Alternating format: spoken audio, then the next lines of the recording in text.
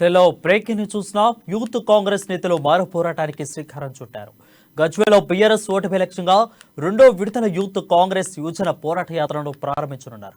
August 1న రెండో విడత యాత్రను ప్రారంభించనున్నారు కాంగ్రెస్ నేతలు. రాష్ట్రంలోని 20 జిల్లాలను కవర్ చేస్తూ యాత్ర కొనసాగనుంది. ఈ యాత్రలో బీఆర్ఎస్ ప్రభుత్వ వైఫల్యాలను ఎండగడుతూ ఇంటింటికి యూత్ డిక్లరేషన్ కరపత్రాలను పంపిణీ చేయనున్నారు యూత్ కాంగ్రెస్ నేతలు.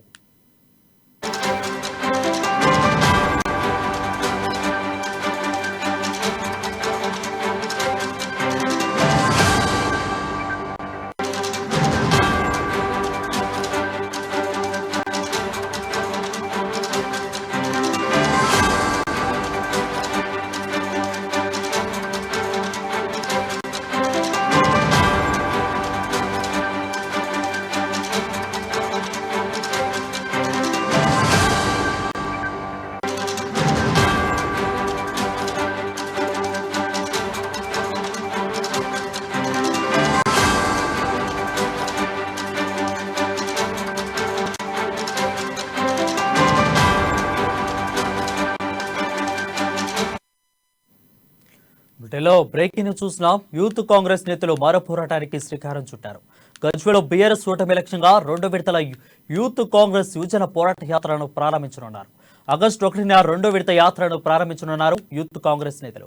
అయితే రాష్ట్రంలోని 20 జిల్లాలను కవర్ చేస్తూ యాత్ర కొనసాగుతుంది. ఈ యాత్రలో బీఆర్ఎస్ ప్రభుత్వ వైఫల్యాలను ఎండగడుతూ ఇంటింటికి యూత్ డిక్లరేషన్ కరపత్రాలను పంపిణీ చేయనున్నారు యూత్ కాంగ్రెస్ నేతలు.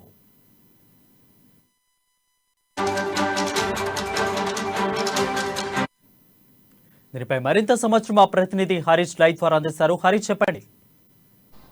Thank you Varun. ఏదైతే సీఎం కేసీఆర్ సొంత నియోజకవర్గమైన గజ్వేల్లో బీఆర్ఎస్ ప్రభుత్వాన్ని గద్దెదించాలనే లక్ష్యంతో కూడా యువజన కాంగ్రెస్ పార్టీ ముందుకెళ్తున్నట్టుగా తెలుస్తుంది. ఏదైతే యువజన కాంగ్రెస్ సంబంధించి శివసేన రెడ్డి అధ్యక్షతన కూడా ఇప్పటికే యువజన పోరాట యాత్ర కూడా చేపట్టడం జరిగింది. ఇప్పటికే 13 జిల్లాలను గజ్వేల్ నుంచి ప్రారంభమైన ఈ యువజన పోరాట యాత్ర 13 జిల్లాలను కవర్ చేస్తూ కూడా యాత్ర కొనసాగింది. నేపథ్యంలో రెండో యాత్రతో కూడా మరికొన్ని జిల్లాలో కూడా ఇంకా 20 జిల్లాలను కలుపుతూ కూడా ఈ పోరాట యాత్రను మరికొన్ని జిల్లాలకు కూడా పరిమితం చేస్తూ పోరాట యాత్ర చేయడం నేపథ్యంలో కూడా ప్రధాన ఎజెండా కూడా ఏదైతే బీఆర్ఎస్ ప్రభుత్వ వైఫల్యాలు కావచ్చు, యువజనకు ఇచ్చిన హామీలు కావచ్చు, విద్యార్థుల సమస్యలు కావచ్చు, అన్నిటినీ ప్రజల్లో ఎత్తి చూపుతూ కూడా యువజన కాంగ్రెస్కు సమాయత్తమవుతున్నట్టుగా తెలుస్తుంది. ప్రధానంగా ఇప్పటికే ఒకటో విడత పాదయాత్ర పూర్తయిన నేపథ్యంలో రెండో విడత పాదయాత్ర ఈ నెల ఆగస్టు 1వ తేదీ నుంచి కూడా పాదయాత్ర ప్రారంభం కానున్న నేపథ్యంలో చూడవచ్చు. అంటే గతంలో బీఆర్ఎస్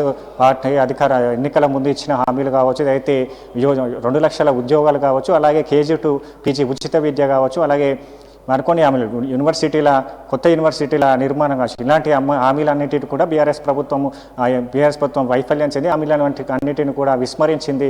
దానిపైన కూడా ప్రజల్లోకి తీసుకువెళ్ళేలా ఇంటింటికి కరపత్రాల పంపిణీ కార్యక్రమాన్ని చేపడుతున్న నేపథ్యంలో ఏదైతే కర్ణాటక ఎన్నికల్లో పనిచేసిన 300 మంది కాంగ్రెస్ జాతీయ సమన్వయకర్తలను కూడా దీంట్లో భాగస్వాములు చేస్తున్నారు.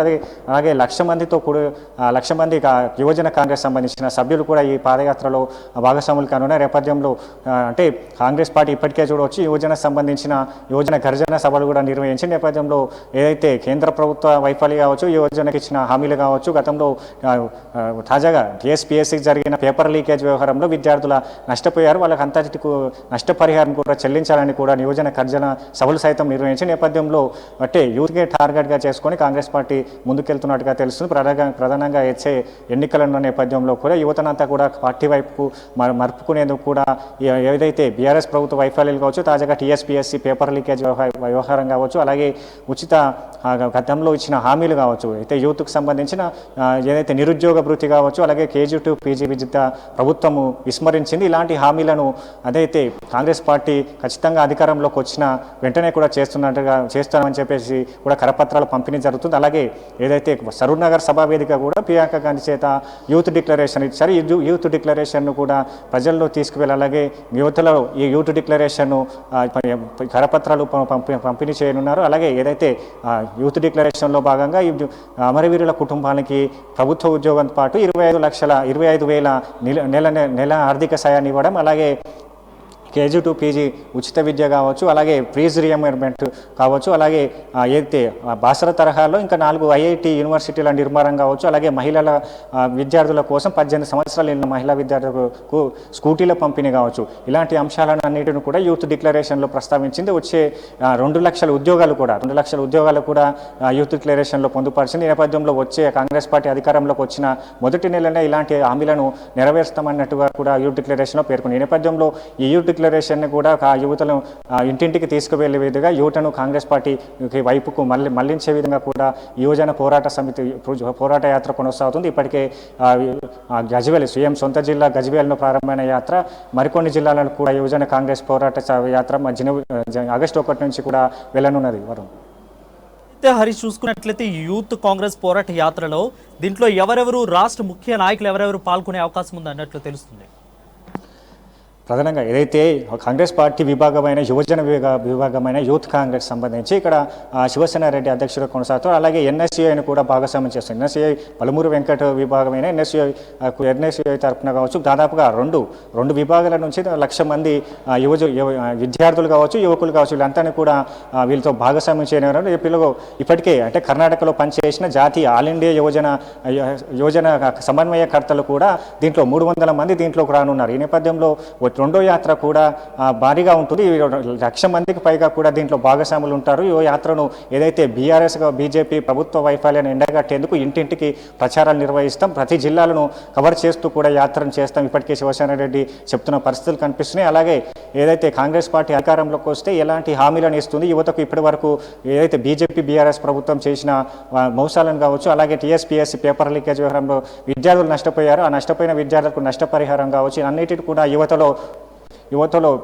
ప్రభుత్వం పైన కూడా వ్యతిరేకత కనిపిస్తుంది. దీని అంతా కూడా బేస్ చేసుకొని కాంగ్రెస్ పార్టీ యువతలో వెళ్ళాలనే సూచనలతో మేరకు ఇలా ఆగస్టు 1 నుంచి పాదయాత్ర అయితే కొనసాగుతుంది. దీంట్లో జాతీయకు సంబంధించిన సమన్వయకర్తలు కూడా పాల్గొనున్నారు. అయితే హరీష్, కొన్ని రోజుల నుంచి చూసుకున్నట్లయితే కాంగ్రెస్ పార్టీ వివిధ రకాల వినూత్న యాత్రలు, సభలు, నిరసనలు, పోరాటాలు రకరకాలుగా చేస్తూ ఉంది. ఇవన్నీ చూసుకున్నట్లయితే రానున్న 3 నెలల్లో ఎన్నికలకే ఇది ఒక స్టెంట్ అనుకోవచ్చా?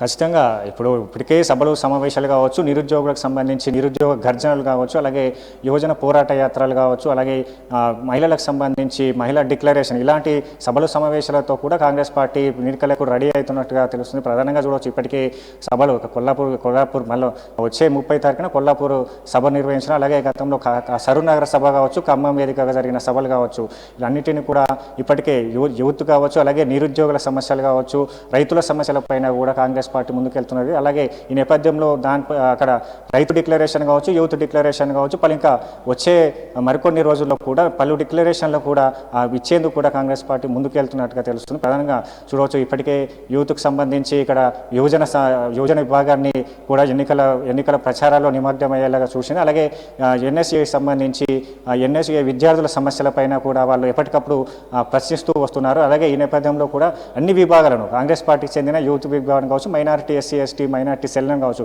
అన్నిటినీ కూడా ఇప్పటికే క్షేత్రస్థాయిలో కూడా వాళ్ళు ఉన్న సమస్యలను వెలికి తీసి ప్రజలు ఎండగట్టే విధంగా కూడా ఇప్పటికే నిమగ్నమయ్యారని చెప్పవచ్చు. ఇప్పటికే పలు విధాలుగా